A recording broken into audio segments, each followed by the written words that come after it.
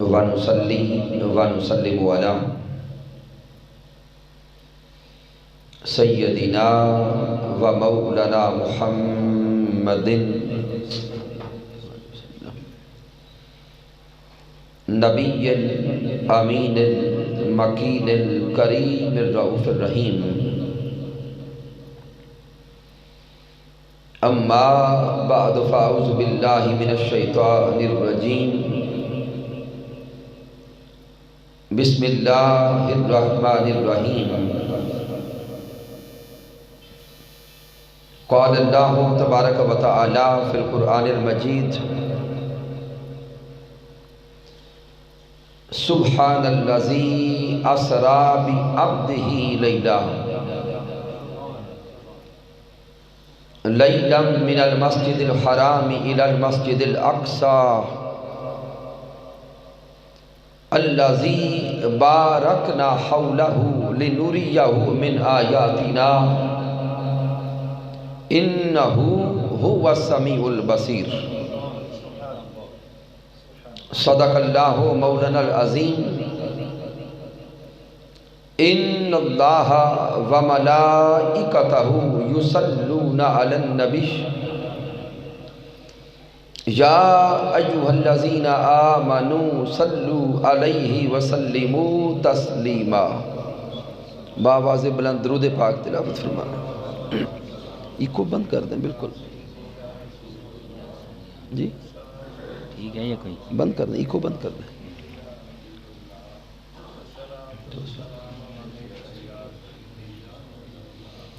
اللہ رب العزت کی توفیق سے اور تاجدار کائنات صلی اللہ علیہ وآلہ وسلم کے نعلین پاک کے تصدق سے غریب وال فیکٹری کے مین گیٹ پر اس عظیم خوبصورت جامع مسجد میں ہم ماہانہ درس عرفان القرآن کی اس نشست میں حاضر ہیں۔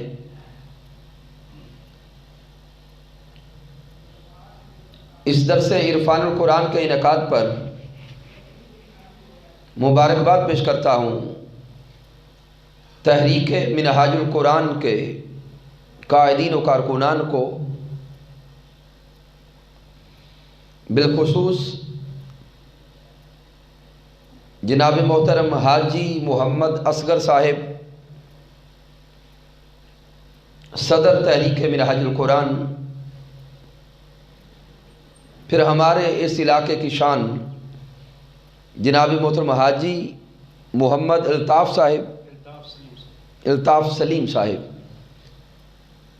پھر اس مسجد کی انتظامیہ کے احباب، مسجد کے امام و خطیب اور جو تشریف لانے والے احباب ہیں، دعا کرتے ہیں کہ اللہ رب العزت سب کو ایک ایک قدم پر لاکھوں کروڑوں اربوں نیکیاں عطا فرمائے۔ سامعین محترم، ماہ رجب ہے اور ابھی کل کی شب معراج مصطفیٰ گزری ہے، اس لیے آج کا موضوع محبوب علیہ السلام کی معراج پاک کے حوالے سے چنا ہے۔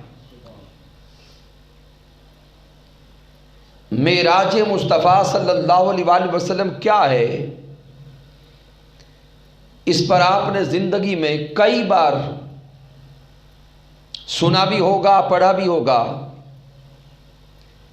آج جو نکتہ عرض کرنے جا رہا ہوں کہ اس معجزۂ معراج مصطفیٰ کا سبب کیا ہے۔ اللہ نے اپنے محبوب علیہ السلام کو زمینوں سے عرش اولا کی طرف کیوں بلایا؟ تو جو معجزۂ معراج مصطفیٰ کا سبب ہے اس کو بیان کرتے ہوئے آئمہ تفسیر نے، عرفاء نے، اتقیاء اور صلحاء نے کئی راز بیان فرمائے ہیں۔ ان راز میں سے اور ان حکمتوں میں سے آج کے درس عرفان القرآن میں وہ 5 راز بیان کریں گے اور 5 اسباب بیان کریں گے کہ جن اسباب کی وجہ سے اللہ نے محبوب کو عرش اولا پہ بلایا ہے۔ اس میں جو پہلی حکمت اور پہلا سبب علماء بیان کرتے کہ وہ منظر ذہن میں لائیں جب تاجدار کائنات نے نبوت کا اعلان فرمایا، جب پہلی وحی محبوب علیہ السلام پہ اتری، پھر اللہ رب العزت نے اپنے محبوب سے فرمایا یا ایھا المدثر قم فانذر، اے میرے محبوب اب یہ پیغام آگے دوسروں تک پہنچانے کا آغاز فرما دیں، کھڑے ہو جائیں اور دوسروں کو پیغام پہنچاتے بھی جائیں اور دنیا کی لغویات سے ڈراتے بھی جائیں۔ اب آقا علیہ السلام نے کوہ صفا پر مکہ کے سارے سرداروں کو بلایا، تاجدار کائنات نے اپنی نبوت کا اعلان فرمایا، اللہ کی وحدانیت کا اظہار فرمایا، تو وہیں سے دکھوں کا اور تکالیف کا آغاز ہو گیا کہ جب میرے آقا علیہ السلام نے اللہ رب العزت کا پیغام پہنچایا، اللہ کی وحدانیت کو بیان کیا، اللہ کی توحید کو بیان کیا، تو ابو لہب بدبخت نے وہیں پہ کھڑے ہو کے اعتراض شروع کر دیا۔ پھر اس کے بعد آقا علیہ السلام کی حیات مبارکہ کا ایک ایک دن دیکھیں، کفار نے، دشمنوں نے محبوب کائنات کو دکھی کرنے کی کوششیں کی، آقا پہ تانا زنی کی، اعتراض کیے، یہاں تک کہ محبوب کائنات میرے آقا سجدے میں گئے تو اونٹوں کی اوجڑیاں پھینکی گئی، اور دشمنوں کی ان حرکات کا سدے باب بھی تاجدار کائنات فرماتے رہے، لیکن دشمنوں کی حرکات دن بدن بڑھتی گئی، یہاں تک کہ 6 یا 7 سنہ نبوی میں مکہ کے کفار نے تاجدار کائنات کا سوشل بائیکاٹ کر دیا۔ میرے آقا علیہ السلام کو، آقا کے چاہنے والوں کو اور ایمان والوں کو ایک گھاٹی میں محصور ہونا پڑ گیا جس کو شیب ابی طالب کہا جاتا ہے۔ 3 سال تک مکہ والوں نے معاشرتی بائیکاٹ کیے رکھا، اور اس بائیکاٹ کی انتہا اس وقت ہو گئی کہ جب نیچے شہروں سے کھانا تک بھی وہاں پہنچنے نہ دیا گیا۔ امام الانبیاء حضرت محمد مصطفیٰ صلی اللہ علیہ وآلہ وسلم اور آقا کے صحابہ، آقا کے عشاق جب کھانا میسر نہ تھا تو ظاہراً کتنے دن درختوں کے پتے تک کھا کے گزارا کرنا پڑا، لیکن یہ بھی برداشت ہوتا رہا۔ ادھر شیب ابی طالب میں میرے آقا کا 3را سال ہے، تاجدار کائنات صلی اللہ علیہ وآلہ وسلم کی نبوت کو اعلان کیے 10 سال کے قریب کا عرصہ گزر گیا، لیکن یہ سال میرے آقا پہ غموں کا پہاڑ لے کے آیا کہ میرے آقا علیہ السلام کی عظیم رفیقہ حیات حضرت سیدہ خدیجۃ الکبریٰ کا وصال ہو گیا، اور پھر میرے آقا علیہ السلام کے چچا جان جو ہر لمحے میرے آقا کے محافظ تھے، ہر موقع پر دشمنوں کے سامنے کھڑے ہوتے تھے چچا حضرت ابو طالب رضی اللہ تعالیٰ عنہ کا بھی وصال ہو گیا. تو جب ایک ہی سال میں یکے بعد دیگرے رفیقہ حیات سیدہ خدیجہ الکبریٰ بھی چلی گئیں، حفاظت کرنے والے اور دشمنوں سے بچانے والے چچا حضرت ابو طالب بھی چلے گئے، تو اب میرے محبوب علیہ السلام کا دل دکھی ہو گیا. تاجدار کائنات کے قلب اطہر پہ بوجھ آ گیا. اب ذہن میں سوچیں آنے لگی کہ اب ظاہراً دنیا میں اس درجے کا کوئی اور محافظ نظر نہیں آتا. اپنے خاندان میں اگر دیکھیں تو سب سے پہلے ولادت سے پہلے بابا جان حضرت عبداللہ کا وصال ہو گیا. عمر 6 سال کی ہوئی تو والدہ محترمہ کا وصال ہو گیا. عمر 8 سال کے قریب پہنچی تو دادا حضرت عبد المطلب کا وصال ہو گیا. ان کے بعد اس ظاہری دنیا میں سہارا چچا حضرت ابو طالب تھے. اب اس سال ان کا بھی وصال ہو گیا. پھر دوسری وہ جو محافظ بنی، سہارا بنی، معاون بنی، مددگار بنی، رفیقہ حیات حضرت خدیجہ الکبریٰ کا بھی وصال ہو گیا. تو اب میرے آقا کے قلب اطہر پہ بوجھ تھا، میرے آقا دکھی تھے. تو جب رب کائنات نے محبوب کے قلب اطہر پہ بوجھ دیکھا، آقا کو دکھی دیکھا، تو مالک کائنات نے فرمایا اے محبوب اب زمین کو چھوڑ دے، کہکشاؤں کو چھوڑ دے، آسمانوں کو چھوڑ دے، عرش اولا پہ بیٹھے. اس مقام پہ بیٹھ کر محبوب میں تیرے دکھ بانٹتا ہوں، تیری دل جوئی کرتا ہوں. تو دنیا میں اپنے دکھ کسی کو نہ سنا، تو مجھے سناتا جا، میں تیرے سنتا جاتا ہوں. انہو هو السمیع البصیر.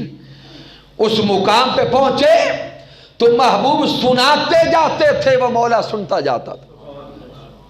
تو اللہ رب العزت نے محبوب علیہ السلام کو ان دنیا کی کثافتوں سے اٹھا کر اپنے قرب کی لطافتوں میں بٹھایا ہے تاکہ محبوب کی دل جوئی کی جائے، محبوب علیہ السلام کے دکھوں کو بانٹا جائے. تو اللہ رب العزت نے جو معراج کروایا اس کا ایک سبب محبوب کی دل جوئی ہے، محبوب کی دل جوئی فرمانا. دوسرا سبب علماء بیان فرماتے ہیں، ائمہ تفسیر، کہ اللہ رب العزت نے تاجدار کائنات صلی اللہ علیہ وآلہ وسلم کو کل کائنات کا مالک بنایا ہے. اللہ رب العزت نے فرمایا وما ارسلناک الا رحمتا للعالمین. اللہ رب العزت فرما یہ رہا ہے کہ وہ تمام عالم جن کو میں نے خلق کیا ہے ان سب عالمین کے لیے رحمت میرا مصطفیٰ ہے. اب غور کریں، جب اللہ رب العزت نے اپنا تعارف کروایا تو میرے اللہ نے فرمایا الحمدللہ رب العالمین، تمام تعریفیں رب العالمین کے لیے. جب اپنا تعارف کروایا تو فرمایا میں عالمین کا رب ہوں. اور جب سونے مصطفیٰ کا تعارف کروایا تو فرمایا وما ارسلناک الا رحمتا للعالمین، کہ دنیا والوں سمجھ لو کہ جس عالم کا میں رب ہوں اسی عالم کے لیے میرا مصطفیٰ رحمت ہے. تو پھر یہ نقطہ سمجھ آ گیا کہ جہاں جہاں تک مالک کائنات کی خدائی ہے، جہاں جہاں تک بولیں گے، جہاں جہاں تک اس مولا کی خدائی ہے وہاں وہاں تک محمد مصطفیٰ کی مصطفیٰ ہے. تو اللہ رب العزت نے تاجدار کائنات کو کل عالمین کا مالک بنایا. تو جب میرے آقا مالک ہے کل عالمین کے، تو شب معراج مصطفیٰ میرے اللہ نے محبوب سے فرمایا محبوب تو بادشاہ ہے، تو مالک ہے، تو آج کی رات تو اپنی پوری سلطنت کی سیر کر، پوری سلطنت کا جائزہ لے۔ اس لیے سامعین سفر معراج کے مراحل کو دیکھیں۔ میرے آقا علیہ السلام مسجد حرام سے چلے تو مسجد اقصی پہنچے، مسجد اقصی سے چلے تو پھر ہواؤں کا سفر، فضاؤں کا سفر، کہکشاؤں کا سفر، پھر آسمانوں کا سفر، پھر آسمانوں کے بعد سدرۃ المنتہا پہ پہنچے، سدرۃ المنتہا سے چلے، پھر جنت ہے، دوزخ ہے، یہ سارا کچھ دیکھتے دیکھتے پھر تاجدار کائنات مقام او ادنا کی طرف گئے۔ تو شب معراج مصطفیٰ صلی اللہ علیہ وآلہ وسلم مالک کائنات نے یہ محبوب کی زندگی میں سفر رکھا اس لیے ہے کہ محبوب تو بادشاہ کائنات ہے، تو بادشاہ کائنات ہے، اور بادشاہ کبھی کبھی اپنی سلطنت کا معائنہ کرتا ہے، اپنی سلطنت کا جائزہ لیتا ہے۔ میرے سونے محبوب، یہ زمینیں بھی تیری سلطنت میں، یہ آسمان بھی تیری سلطنت میں، جنت بھی تیری سلطنت میں، دوزخ بھی تیری سلطنت میں، عرش اولا تک سب کچھ، لوح بھی تیرا ہے، قلم بھی تیرا ہے، کرسی بھی تیری ہے۔ محبوب آج کی رات تو آ جا، پوری کائنات کو دیکھتا جا، تو بادشاہ بن کے معائنہ کرتا جا، جبرائیل نوکر بن کے جائزہ کرواتا جاتا ہے۔ تو شب معراج مصطفیٰ امام الانبیاء تاجدار کائنات صلی اللہ علیہ وآلہ وسلم نے اپنی پوری سلطنت کا جائزہ لیا ہے، دورہ کیا ہے اور معائنہ کیا ہے۔ اب دیکھیں نا، جس کی سلطنت ہوتی ہے اس کو اپنی سلطنت کا علم ہوتا ہے، لیکن جب وہ سیر کرنے، جائزہ لینے، معائنہ کرنے نکلتا ہے تو ساتھ خدام ہوتے ہیں، نوکر ہوتے ہیں۔ تو میرے آقا علیہ السلام جب شب معراج مصطفیٰ معائنہ پہ نکلے تو جہاں جہاں بھی پہنچے نوکر اور خدام میرے آقا کے ساتھ ساتھ تھے۔ تو یہ دوسری حکمت ہو گئی۔ تیسری حکمت معجزائے معراج مصطفیٰ صلی اللہ علیہ وآلہ وسلم کی، وہ بڑی اہم اور سمجھنے والی ہے۔ اب آپ تھوڑی دیر کے لیے اپنے ذہنوں کو ارادتاً حاضر کرنے کی کوشش کریں گے۔ لفظ معجزہ، اس کا معنی اور مفہوم یہ ہے کہ جس سے عقل عاجز آ جائیں، جو انسان کے فہم اور ادراک سے اعلیٰ ہو، انسان کا تدبر جس شے کو نہ پا سکے اور وہ اللہ کی قدرت کا اظہار ہو اور نبی پر ہو، اس کو معجزہ کہتے ہیں۔ تو سامعین، میرے آقا علیہ السلام کے دو معجزات کم از کم یہ قیامت تک کے لیے ہمیشہ زندہ رہیں گے۔ ایک معجزہ اللہ کا کلام قرآن مجید ہے، دوسرا معجزہ معراج مصطفیٰ ہے۔ آج کا یہ دور سائنس کا دور ہے۔ اس سائنس کے دور میں فلسفہ معراج کو سمجھنا بہت آسان ہو چکا ہے، لیکن یہ نقطہ ذہن میں بٹھائیں کہ اللہ رب العزت نے تمام انبیاء کرام کو معجزات عطا فرمائے، لیکن جس نبی کو جو بھی معجزہ عطا فرمایا وہ معجزہ اس زمانے کے ساتھ ریلیٹ کر کے عطا فرمایا۔ یعنی ایسا نہیں ہے کہ زمانے کی ضرورت اور تھی اور معجزہ کسی اور جہت پہ تھا، اللہ رب العزت نے ایسا کام نہیں کیا، بلکہ جس دور میں، جس زمانہ میں جس شے کی ضرورت تھی، اللہ نے اپنے نبی کو اسی جہت پر اعلیٰ شے عطا فرمائی ہے۔ مثال کے طور پہ حضرت عیسیٰ علیہ السلام کے دور کو دیکھیں، موسیٰ علیہ السلام کو دیکھیں، پھر حضرت سلیمان علیہ السلام کو دیکھیں، ہر نبی کی ذات کا مطالعہ کریں اور معجزات کو دیکھیں۔ جس نبی کے زمانے میں طب عروج پہ تھی، یعنی میڈیکل سائنس جس نبی کے دور میں عروج پہ تھی، اس زمانے میں آنے والے نبی کو میرے اللہ نے طب میں کمال عطا فرمایا۔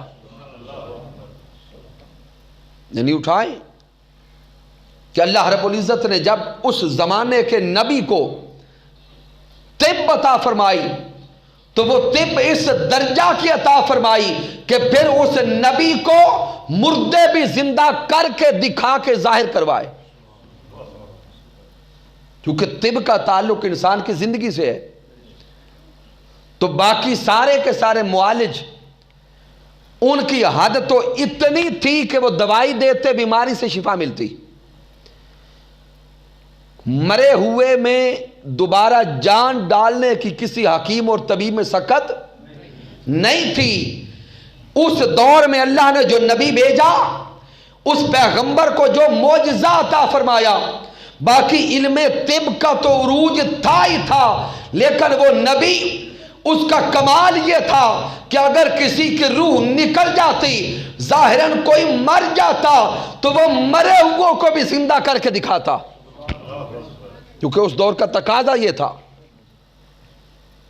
پھر حضرت موسیٰ علیہ السلام کو دیکھیں، حضرت موسیٰ علیہ السلام کے دور میں جادو عروج پہ تھا، تو اللہ رب العزت نے حضرت موسیٰ علیہ السلام کو جادو کے توڑ کے لیے جو معجزات عطا فرمائے، وہ اس علم میں اس سے بھی کئی درجے آگے کے تھے۔ یعنی جادوگر کیا کرتے کہ وہ جادو کے ذریعے کام کرتے، اور اللہ رب العزت نے اپنے پیغمبر کو، نبی کو وہ مقام عطا فرمایا کہ وہ اپنی زبان سے جو کہتا وہی کچھ ہوتا اور وہ جادو زیر ہو جاتا۔ تو جب یہ نقطہ جان گئے کہ اللہ رب العزت نے جس دور کا جو نبی تھا، اس زمانے کے علم میں اس پیغمبر کو اللہ نے کمال عطا فرمایا، عروج عطا فرمایا، تو اب باقی سارے نبی تو تھے کسی خاص زمانے کے لیے، کسی خاص علاقہ کے لیے۔ اب امام الانبیاء، تاجدار کائنات حضرت محمد مصطفیٰ کو اللہ نے قیامت تک کے لیے نبی بنایا۔ پیارے آقا کو اونچا بولیں، قیامت تک کے لیے نبی بنایا۔ تو جب سونے محبوب نبی ہیں قیامت تک کے لیے، تو اب لازم تھا کہ قیامت تک جو علم بھی اٹھتا جاتا، تاجدار کائنات کا معجزہ ہر علم پر حاوی نظر آتا، کیونکہ نبی قیامت تک ہیں۔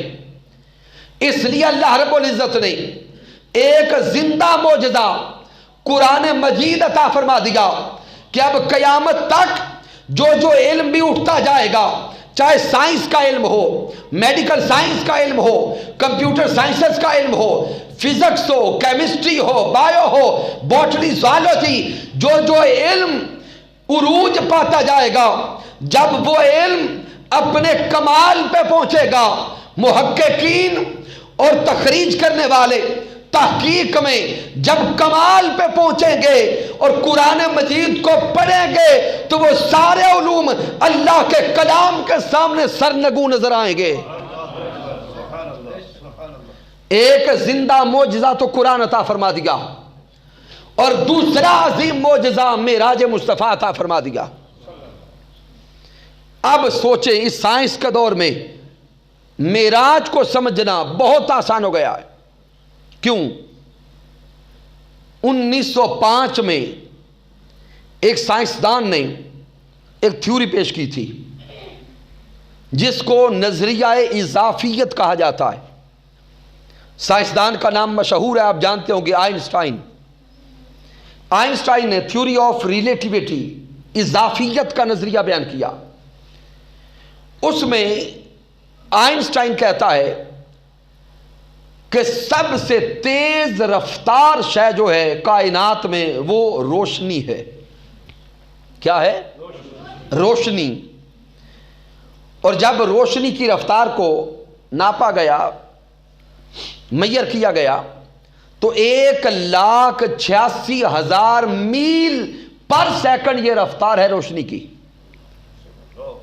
1,86,000 مائلز پر سیکنڈ یہ روشنی کی رفتار ہے. اب آئنسٹائن کہتا ہے کہ علم اجسام میں اور عالم شہادت میں کوئی میٹر، کوئی جسم اگر روشنی کی رفتار کا 90% حاصل کر لے، کتنا؟ 90% حاصل کر لے، تو اس پر وقت کی ویلوسٹی یا وقت کا گزرنا ہاف ہو جاتا ہے. اس پر وقت کا گزرنا نصف ہو جاتا ہے. یہاں پہ حضور شیخ الاسلام ایک مثال دیتے ہیں. آپ فرماتے ہیں اگر دو جڑواں بھائی ہوں، ایک بھائی زمین پر ہو اور دوسرا بھائی اس رفتار سے سفر کرے، یعنی روشنی کا 90% رفتار کو حاصل کر کے سفر کرے، اور یہ بنتی ہے کم و بیش 1,67,000 مائل پر سیکنڈ کی رفتار. حضور شیخ الاسلام فرماتے ہیں کہ اگر ایک بھائی زمین پہ رہ جائیں اور ایک بھائی 1,67,000 میل پر سیکنڈ کی رفتار سے سفر کرے اور 10 سال گزرے، کتنا وقت؟ 10 سال گزرے، تو جو زمین پر ہوگا اس کی عمر میں اضافہ 10 سالوں کا ہوگا، جو سفر پر ہوگا اس کی عمر میں اضافہ 5 سالوں کا ہوگا. کیوں؟ اس کی رفتار کی وجہ سے اس پہ وقت کا گزرنا ہاف ہو گیا. اور وہی آئنسٹائن کہتا ہے کہ اگر کوئی میٹر، کوئی جسم، کوئی شے روشنی کی کل رفتار حاصل کر لے، روشنی کی کل رفتار حاصل کر لے، تو وہ سفر جتنے زمان میں بھی کر لے اس پر وقت کا گزرنا زیرو ہو جاتا ہے. توجہ کرنا، اس پر وقت کا گزرنا زیرو ہو جاتا ہے. اس کے لیے وقت تھم جاتا ہے لیکن سفر ہوتا رہتا ہے. تو یہ اس دور کے سائنٹسٹ نے ایک نظریہ پیش کر دیا. اور نظریہ آپ جانتے ہیں کہ سائنس کے میدان میں پہلے مفروضہ ہے، مفروضہ کے بعد مشاہدہ ہے، تجربہ ہے، اور کتنے تجربات کے بعد گزر کے نظریہ بنتا ہے. تو آئنسٹائن نے سائنس کی دنیا میں یہ نظریہ دے دیا کہ اگر کوئی جسم روشنی کی رفتار کو پالے 1,86,000 مربع میل پر سیکنڈ کی رفتار سے وہ سفر کر لے، اس پر وقت کی رفتار تھم جاتی ہے، اس کے لیے وقت کا گزرنا زیرو ہو جاتا ہے. ارے آج کا سائنسدان یہ کہہ رہا ہے اب شب معراج مصطفیٰ میرے آقا کو سنیں. میرے آقا فرماتے ہیں تم تو ایک روشنی کی رفتار کو روتے ہو، میں نے ایک لائٹ پر سفر نہیں کیا. میرا جانور یا میری سواری وہ براق تھا. کتنی روشنیاں اکٹھی ہوتی ہیں، ایک براق بنتا ہے. محمد مصطفیٰ اس براق پہ سفر کرتے ہیں اور سفر کرنے جاتے بھی ہیں، لوٹ کے آتے بھی ہیں.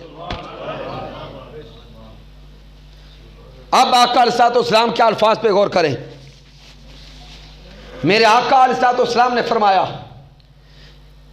کہ جس براق پہ میں سفر کر رہا تھا اس کی رفتار کا عالم یہ تھا کہ جہاں نظر جاتی تھی وہاں اس کا قدم جاتا تھا. ہائے ہائے. یعنی اس رفتار کو سمجھے کہ جہاں پر نظر جاتی وہاں پر اس کا قدم جاتا. اب اس نظر جانے کو سمجھیے گا. ہم زمین پر بیٹھ کر اگر آسمان کی طرف دیکھیں تو کیا ہماری نظر آسمانوں پہ جاتی ہے یا نہیں جاتی؟ یہ تو ہے ہم عام انسانوں کی نظر.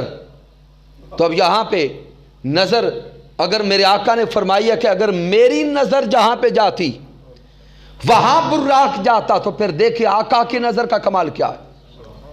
تو جب میرے آقا علیہ الصلوۃ والسلام بیان فرما رہے ہیں تو اپنا ہی حال بیان فرما رہے ہیں کہ جہاں پر نظر جاتی وہاں پر اس کا قدم جاتا. ارے یہ روشنی جو ایک لائٹ ہے ایک برق ہے اس کی رفتار کا عالم یہ ہے کہ جو اس رفتار کو پا لیتا ہے اس پر وقت تھم جاتا ہے. میرے سونے مصطفیٰ پتہ نہیں کتنے ہزار روشنیوں کہ ایک براق پر سفر کرتے ہیں. آگے فرماتے ہیں دنیا والوں سمجھ لو میں اتنا سفر کر کے آسمان پہ پہنچا, سدرۃ المنتہا پہ پہنچا, مقام ادنا پہ پہنچا, جب واپس پلٹا تو ابھی میرا بستر گرم تھا. ہائے ہائے. یہ سارا سفر کر کے پلٹ آیا تو ابھی بستر گرم تھا, پانی چل رہا تھا, کنڈی ہل رہی تھی. اتنے قلیل وقت میں گیا بھی اور پھر لوٹ بھی آیا. اب یہاں پر سامعین یہ نکتہ تو آج کی سائنس نے ثابت کر دیا کہ اگر کوئی اس رفتار سے سفر کرے اس پر وقت کا گزرنا زیرو ہو جاتا ہے. تو آج کی تو سائنس بھی مان گئی کہ میرے مصطفیٰ معراج کر کے آئے. اب یہاں پر چلے میں وقت بچاتا ہوں کہ یہ تو بات ہوگی سائنسدانوں کی, لیکن ذہن میں ایک سوال تو ضرور آتا ہے. عقل بار بار سوال کرتی ہے کہ یہ ممکن کیسے ہے کہ تاجدار کائنات صلی اللہ علیہ وآلہ وسلم مسجد حرام سے مسجد اقصی بھی گئے, مسجد اقصی سے آسمانوں پر سفر کرتے کرتے سدرۃ المنتہا پہ بھی گئے, پھر جنت دوزخ پھر سارے سفر کیے, پھر اس کے بعد مالک کائنات سے ملاقاتیں کی, پھر لوٹ بھی آئے. تو ابھی بستر گرم ہے, ابھی کنڈی ہل رہی ہے, پانی چل رہا ہے. انسان کی عقل بار بار سوال کرتی ہے. پہلے تو میں نے جواب دیا سائنسدانوں کی زبان سے, اب سنیں عرفاء کی زبان سے. عرفاء بڑے خاص انداز میں بیان کرتے ہیں, کہتے ہیں کہ یہ پوری کی پوری کائنات, اس کائنات کی جان ذات محمد مصطفیٰ ہے. عرفاء کہتے ہیں کہ ارے جان ہے وہ جہان کی, جان ہے تو جہان ہے.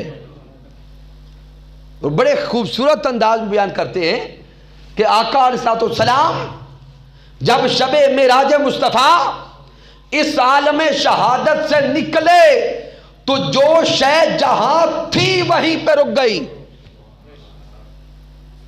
مثال کے طور پہ سمجھے, ہمارے گھروں میں کلاک ہوتے ہیں, ٹائم دیکھنے کے لیے گھڑیال ہوتا ہے, گھڑیال چلتا ہے سیل پر. تو اگر سیل نکال لیں کیا ہوتا ہے؟ رک جاتا ہے. اب سیل نکال کے رکھیں 1 گھنٹہ 1 دن یا 1 سال, اگر 1 سال بھی آپ نے سیل نکالے رکھا تو اس کے جو سوئیاں ہیں کیا ان کی حرکات میں کوئی فرق آئے گا؟ نہیں. 1 سال کے بعد اب سیل دوبارہ ڈالیں کیا ہوگا؟ گھڑیال چل پڑے گا, لیکن کہاں سے چلے گا؟ جہاں پر 1 سال پہلے رکا تھا.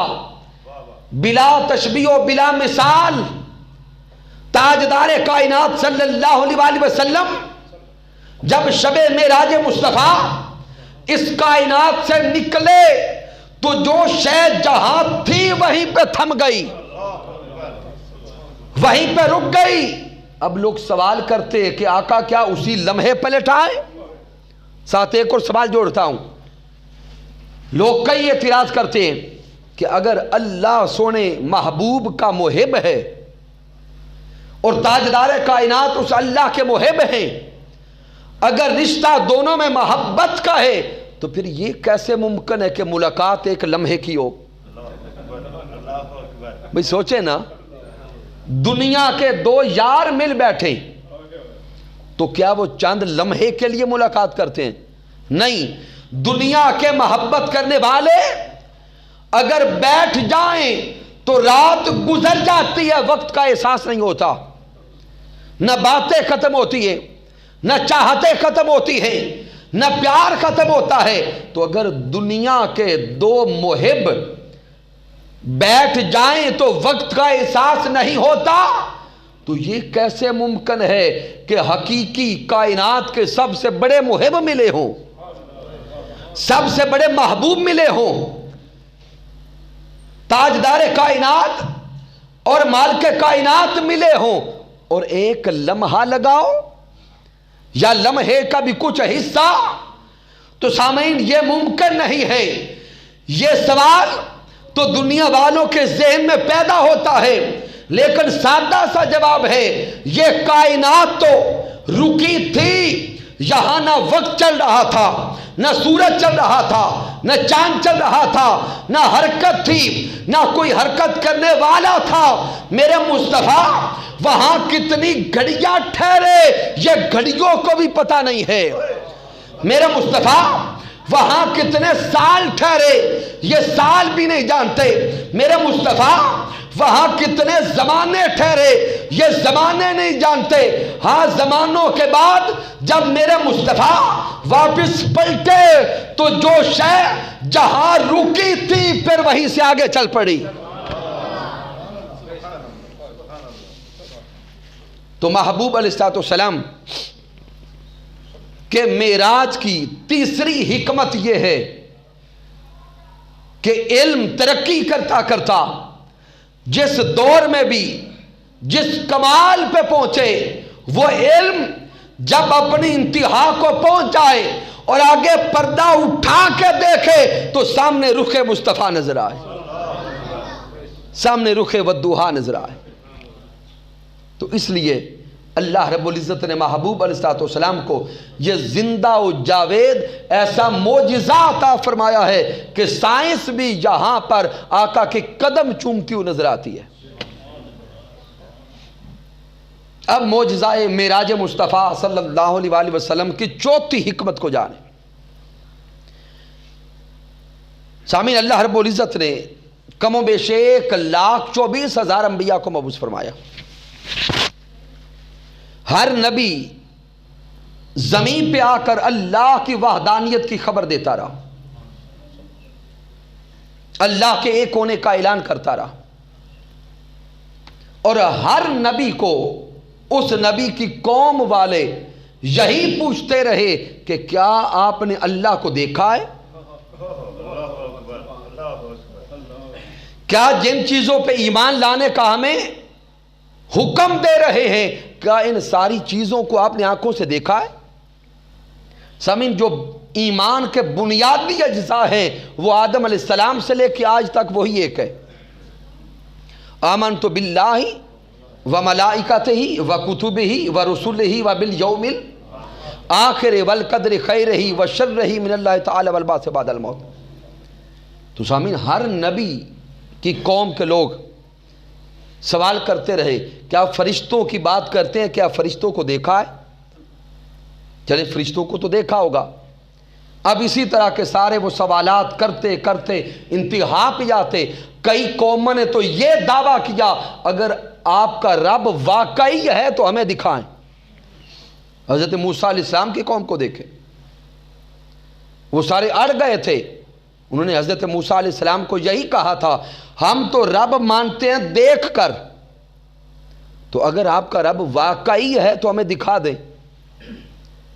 تو واقعہ آپ جانتے ہیں، حضرت موسیٰ علیہ السلام نے کہا تھا کہ اپنی قوم کے نمائندے چنو، تو جتنے قبیلے تھے ہر قبیلے نے اپنا ایک ایک نمائندہ بھیجا.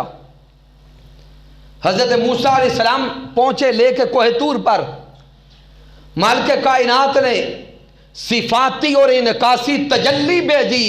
وہ جو رب کو دیکھنے آئے تھے وہ سارے مر گئے,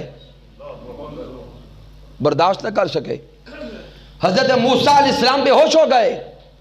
جب حضرت موسیٰ علیہ السلام کو ہوش آیا نا تو پھر اب اللہ سے عرض کرتے مولا یہ تو میں قوم کے نمائندے لایا تھا, تو اگر اب میں جا کے یہ بتاؤں گا کہ وہ مر گئے ہیں تو میرا کیا بنے گا, میرا پیغام کہاں جائے گا. اب مولا تو مارنے والا بھی ہے تو زندگی دینے والا بھی ہے, ان کو تو زندہ کر, میں ان کو زندہ واپس لے جاؤں. تو نے اپنا آپ نہیں دکھانا تو نہ دکھا, لیکن بندے تو نہ مار, بندے مجھے واپس دے, میں لے جاؤں. تو اللہ نے کرم کیا, دوبارہ ان کو زندگی عطا فرمائی, واپس لے گئے. تو سامعین نکتہ یہ سمجھا رہا ہوں کہ ہر نبی کی قوم نے اپنے اپنے نبی سے یہ تقاضا کیا یا ہمیں دکھائیں یا دیکھا ہوا بتائیں کہ وہ کیسا ہے. لیکن ہر نبی مالک کائنات سے دیکھنے کی جستجو تو ضرور کرتا رہا ہوگا, جیسے حضرت موسیٰ علیہ السلام نے کی, رب ارنی انظر الیک. اللہ کا جواب آیا لن ترانی, موسیٰ تو نہیں دیکھ سکتا. تو جب موسیٰ علیہ السلام کو اپنا آپ نہ دکھایا, سب نبی اللہ کی وحدانیت کی خبر دیتے رہے, اللہ کا پیغام دیتے رہے, لیکن اللہ کی ذات پر عینی شاہد کوئی نہیں تھا. توجہ کرنا, اللہ کی ذات پر گواہ کوئی نہیں تھا. سب گواہ, کوئی صفات کے گواہ تھے, کوئی تجلیات کے گواہ تھے. تو اب لازم تھا کہ اس کائنات میں کوئی ایک تو ایسا ہوتا جس نے دیکھ کر گواہی دی ہوتی. تو مالک کائنات نے شب معراج مصطفیٰ سوہنے محبوب کو پردے اٹھا کر اپنا آپ دکھا کر اس کائنات ارضی میں اپنا گواہ بنایا ہے. ایک حکمت جانے, اللہ رب العزت نے اس کائنات ارضی میں سونے محبوب کو اپنی ذات کا اونچا بولے گواہ بنایا ہے کہ دنیا کے اندر کوئی ایک ہستی تو ایسی ہو کہ جس سے پوچھا جائے کہ کیا آپ نے اس کو دیکھا ہے, تو وہ تو کہے دے ہاں میں نے دیکھا ہے, وہ اتنا سونا ہے. کوئی ایک تو کہہ دے کہ اس کے حسن و جمال کی انتہا یہ ہے, اس کے حسن و جمال کی ابتدا یہ ہے, اس کے حسن و جمال کا کمال یہ ہے. کوئی ایک تو گواہ ایسا ہو جو میرے حسن کو دیکھ کے بیان کرے. اب یہاں پر آخری حصے پہ آ گیا ہوں. بعض لوگ اعتراض کرتے ہیں اور سوال کرتے ہیں کہ کیا تاجدار کائنات نے اپنی آنکھوں سے اللہ کو دیکھا, کیا اللہ کا دیدار کیا؟ تو سامعین اس پر عقیدہ اہل سنت کے مطابق درجنوں دلائل ہیں, لیکن میں نے جو آیہ کریمہ تلاوت کی ہے اسی آیہ کریمہ سے صرف ایک دلیل اب دینے لگا ہوں. میرے اللہ نے معراج کا جو سبب ہے اسی آیت میں خود بیان فرمایا. مالک کائنات نے فرمایا بارکنا حولہ لنریہ من آیاتنا, ہم نے یہ سارے سفر اس لیے کروائے ہیں کہ ہم اپنے محبوب کو اپنی نشانیاں دکھائیں. توجہ کرنا, لنریہ من آیاتنا, یہ جو آیاتنا ہے یہ صیغہ متکلم کا ہے, اور یہاں پہ جو من ہے بعض لوگ ترجمہ کرتے ہوئے لکھتے ہیں کہ یہ من تبعیضیہ ہے, یعنی کچھ نشانیاں دکھائیں. نہیں, کچھ نشانیاں تو دکھانا مقصود ہی نہیں تھی. یہ من تبعیضیہ نہیں, من بیانیہ ہے, یعنی یہ بیان کیا جا رہا ہے کہ من آیاتنا, آج کی رات ہم نے سوہنے محبوب کو اس لیے بلایا ہے کہ اپنے یار کو اپنی نشانیاں دکھائیں. اپنے یار کو اپنی نشانیاں دکھائیں۔ اب یہاں پہ ترجمہ کرنے والے، تفسیر کرنے والے، کوئی بیان کرتا ہے کہ وہ نشانیاں مسجد اقصی کے گرد تھیں وہ دکھائیں، کسی نے کہا کہ وہ نشانیاں جنت و دوزخ کی دکھائیں، کسی نے کہا کہ وہ نشانیاں سدرۃ المنتہا کی دکھائیں، کسی نے لکھا کہ جبرائیل علیہ السلام کو دکھایا۔ تو سامعین یہ نقطہ جان لیں کہ جو بھی دکھایا یہ سب کچھ تو آقا کی شان سے خود نیچے ہے، یہ سارا کچھ آقا کے مقام سے خود نیچے ہے، یہ سارا کچھ بھی مخلوق ہے، اور مخلوق کے اندر سب سے اعلیٰ ذات محمد مصطفیٰ کی اپنی ہے۔ بڑی سادہ سی بات کرنے لگا ہوں سامعین، اگر میں آپ کو کہوں کہ میں آپ کو سیر کروانے لے جاتا ہوں اپنے علاقہ میں، تو پہلے مجھے سوچنا ہوگا کہ جس علاقہ میں آپ رہتے ہیں کیا میرے علاقے میں اس سے کوئی اعلیٰ شے ہے جو میں آپ کو دکھا سکوں؟ اگر میں نے اپنے علاقہ میں لے جا کر آپ کو یہی پہاڑ دکھانے ہیں تو آپ کہیں گے بابا یہ تو میں بڑے دیکھ کے تھکا ہوا ہوں۔ اگر میں آپ کو لے جاؤں اور اپنے علاقے میں لے جا کے کہوں یہ گندم کی فصل ہے تو آپ کہیں گے بھئی گندم کی فصل تو میرے علاقے میں بھی ہوتی ہے۔ تو لہٰذا وہ دکھانے کا کوئی جواز پیدا نہیں ہوتا۔ اب اگر میں آپ کو دکھانے کے لیے کچھ لے جاؤں تو پہلے مجھے کسی ایسی شے کا اہتمام کرنا ہوگا جو شے آپ کے علاقے سے نرالی ہو، جدا ہو، اعلیٰ ہو، بلا تشبیہ و بلا مثال۔ اگر کائنات میں دیکھیں تو ہر شے اللہ کی نشانی ہے، یہ زمین بھی اللہ کی نشانی، آسمان بھی اللہ کی نشانی، یہ جمیع مخلوقات اللہ کی نشانیاں۔ پھر انسانوں میں آ جائیں، انسانوں میں پھر اولیاء ہیں، اتقیاء ہیں، صلحاء ہیں، یہ سب اللہ کی نشانیاں۔ پھر آگے بڑھتے چلے جائیں تو انبیاء بھی اللہ کی نشانیاں، اور خلق میں جب کمال پہ جائیں تو ذات محمد مصطفیٰ یہ خود اللہ کی سب سے بڑی نشانی ہے۔ ہائے ہائے، میرے آقا اللہ کی سب سے بڑی نشانی ہے۔ تو جو خود اللہ کی سب سے بڑی آیت ہے، سب سے بڑی نشانی ہے، جب ان کو دکھانا ہے کچھ تو لازم ہے کہ کوئی شے تو ان سے اعلیٰ ہو، کوئی ایسی شے دکھائی جائے جو ان کے اپنے مقام سے اعلیٰ ہو۔ تو سامعین اب چاروں طرف نظر لگائیں، توجہ کریں، تحقیق کریں، دیکھتے چلے جائیں۔ پوری کائنات خلق میں تو محمد مصطفیٰ سے اعلیٰ ہے کچھ نہیں۔ آئے ہائے ہائے، پوری کائنات خلق میں تو ذات محمد مصطفیٰ سے اعلیٰ تو کوئی شے ہے نہیں۔ لِنُرِيَّهُ مِنْ آیَاتِنَا میں اللہ اشارہ دے رہا ہے کہ ہم نے شب معراج مصطفیٰ محبوب کو بلایا، اور مصطفیٰ سے اعلیٰ فقط جلوہ خدا کا ہے۔ آئے ہائے،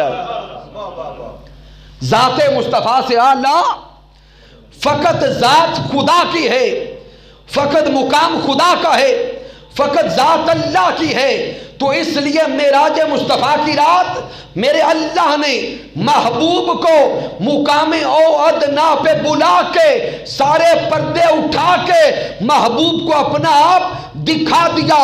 انہو هو السمیع البصیر، اس مقام پہ کوئی تیسرا نہ تھا، ایک خدا تھا، دوسرے مصطفیٰ تھے۔ خدا دیکھتا تو سامنے مکھڑا مصطفیٰ کا ہوتا، میرے مصطفیٰ دیکھتے تو سامنے جلوہ خدا کا ہوتا۔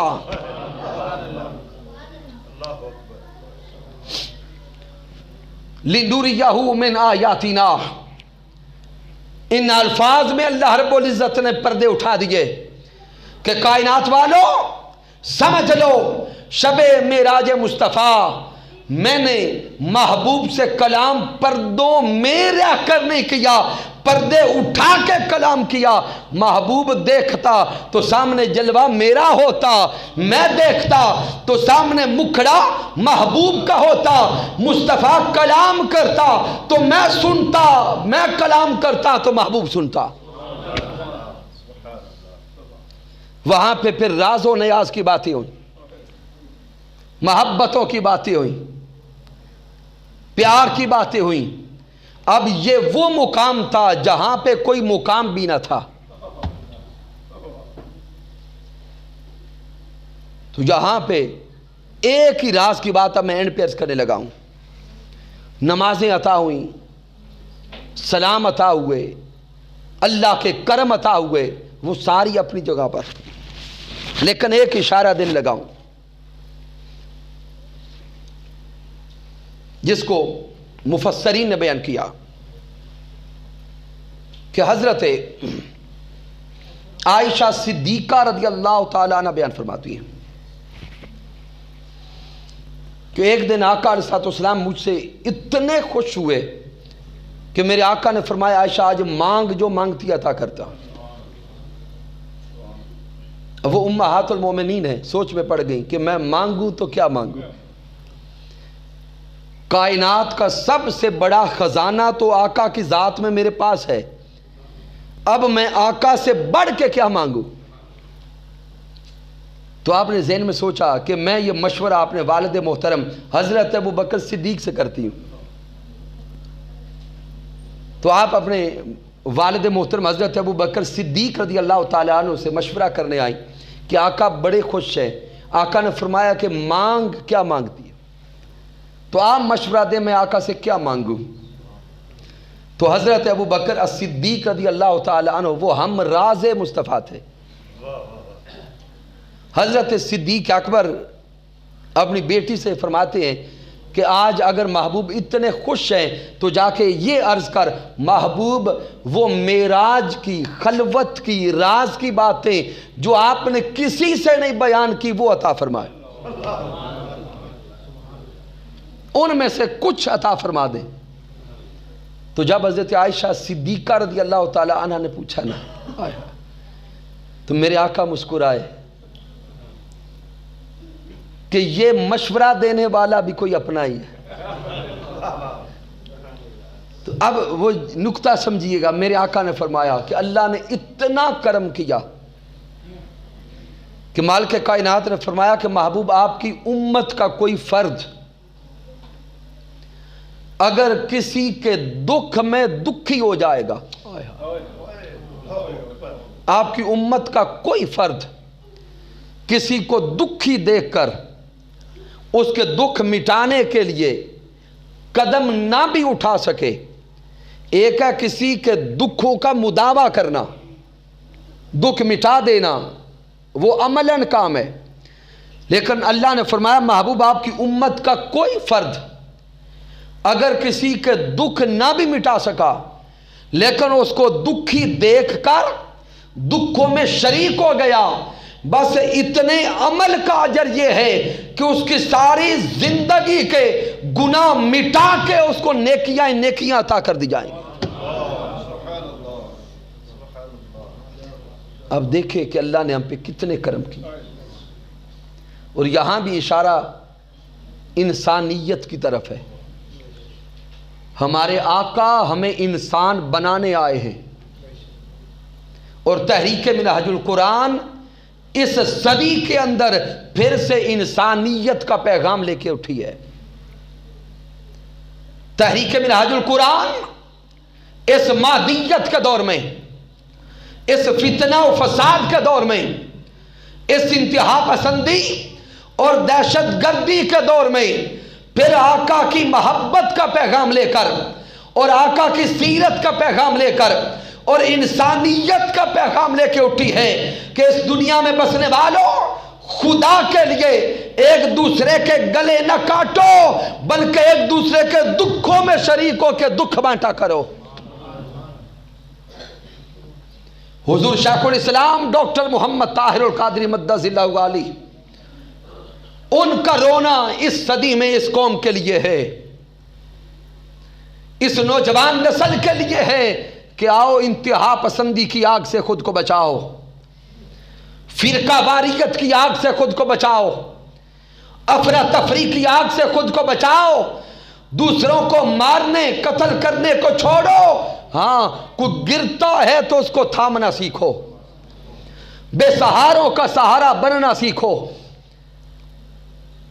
تو یہی پیغام حضور شیخ الاسلام کے شاگرد، حضور شیخ الاسلام کے کارکنان لیے گلی گلی پھرتے ہیں کہ آئیے معاشرے کو پھر سے انسانوں کا معاشرہ بنائیں، درندوں کے معاشرے کو مٹا کر انسانیت کا معاشرہ دکھانے والے ہو جائیں۔ اس درس عرفان القرآن کے انعقاد پر میں بارے دیگر مبارکباد پیش کرتا ہوں محنت کرنے والے تمام ساتھیوں کو، کاوش کرنے والے تمام ساتھیوں کو۔ رب کائنات سب کی محنت اپنی بارگاہ اقدس میں قبول فرمائے۔ یقیناً یہ درس عرفان القرآن کئی مہینوں سے جاری ہوگا۔ اس سے پہلے میرے برادر عزیز، بہت پیارے دوست محترم حضرت علامہ جمیل احمد زاہد، آپ تشریف لاتے رہے ہیں، پھر بھی گاہے بگاہے وہ آتے رہیں گے، آپ زیارت کرتے رہیں گے، لیکن کیا اس درس عرفان القرآن کو گیدرنگ کے اعتبار سے آگے بڑھانے کی کوشش کریں؟ کیا کہتے ہیں؟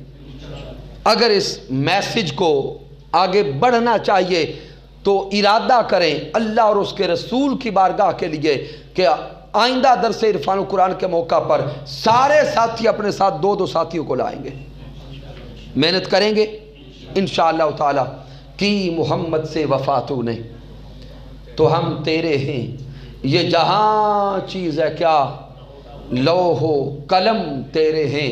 میں نے جو کچھ بیان کیا اگر اس میں کچھ کمی ہے، کوئی کجی ہے، کوئی غلطی ہے تو مجھ ناچیز کی طرف سے ہے، مالک کائنات معاف فرما دے۔ اگر اس میں کوئی اچھائی اور کمال ہے تو اللہ کی عزت کی قسم میرا کوئی کمال نہیں، یہ میرے اللہ کا کرم ہے، آقا علیہ السلام کی رحمت ہے، اور میرے قائد، میرے مربی، میرے استاذ حضور شیخ الاسلام ڈاکٹر محمد طاہر القادری مدد اللہ والی کی صحبت کا فیضان ہے۔ وما علینا الا البلاغ المبین۔